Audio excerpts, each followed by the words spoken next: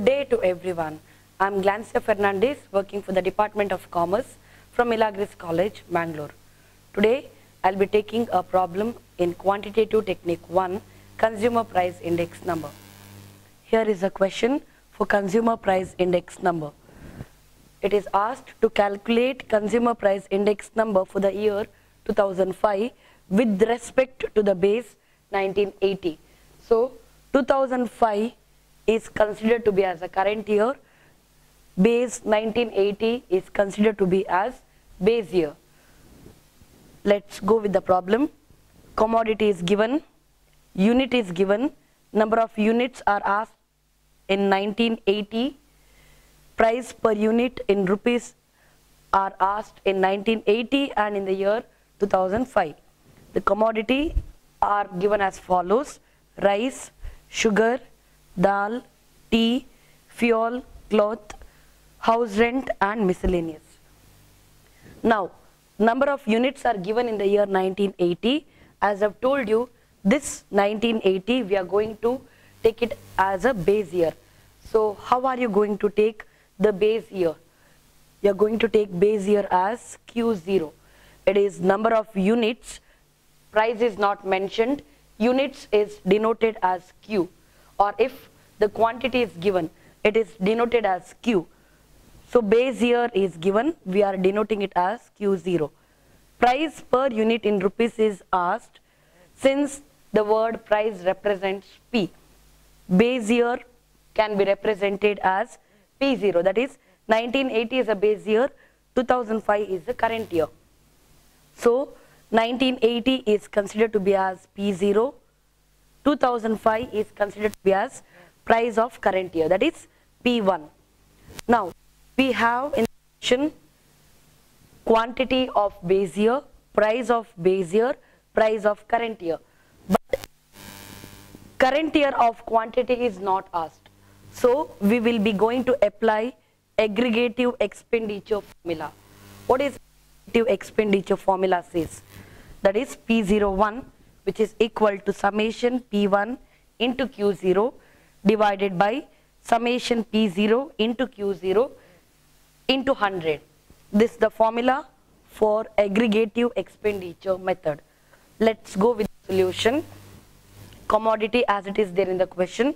I'll be taking down number of units 1980, that is Q0 as it is 4, 0.5, 1, next 4, 12, 1, 12 and again 12.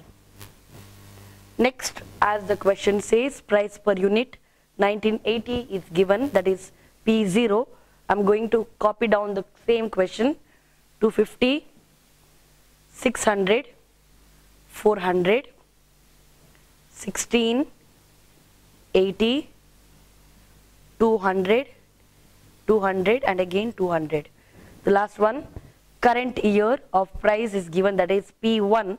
We are going to represent it and the values are 1640, 1600, 2100, 64, 300, 300, 1200 and 2000.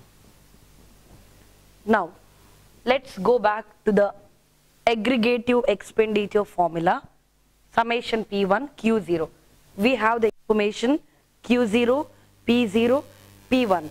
What we require, if you go back to the formula, we require P1 Q0, we require P0 Q0. Let's make the next column heading as P1 and Q0. P1 Q0, that is third column, multiply with the first column. 1640 into 4, we will have to multiply. At that time we will get 6560. Next value 0.5 into 1600, the answer will be 800. Next 1 into 2100 will be 2100.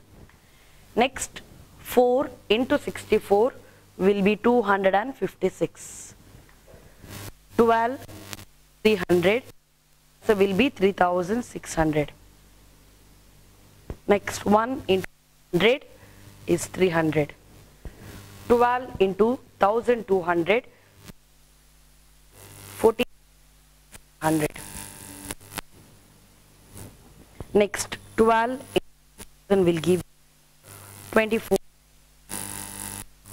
Now we need the total for P1 into Q0, that is summation P1 into Q0.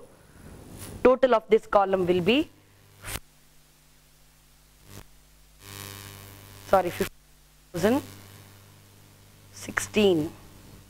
52,016. Next we require P0 into Q0. Let's make the column heading as P0 into Q0. That is, you are going to calculate second column into first column.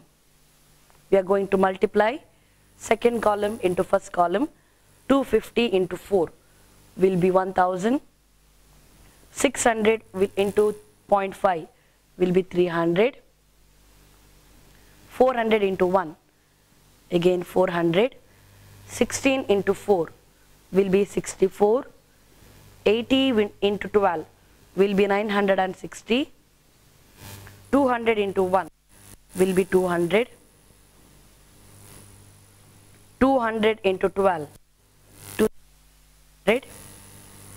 200 into 12, 2400. Simultaneously we require total of P0 Q0 column. The total will be 7724. This value we are going to apply to a formula. Formula is summation P1 into Q0 divided by summation P0 into Q0 into 100. Apply to this formula.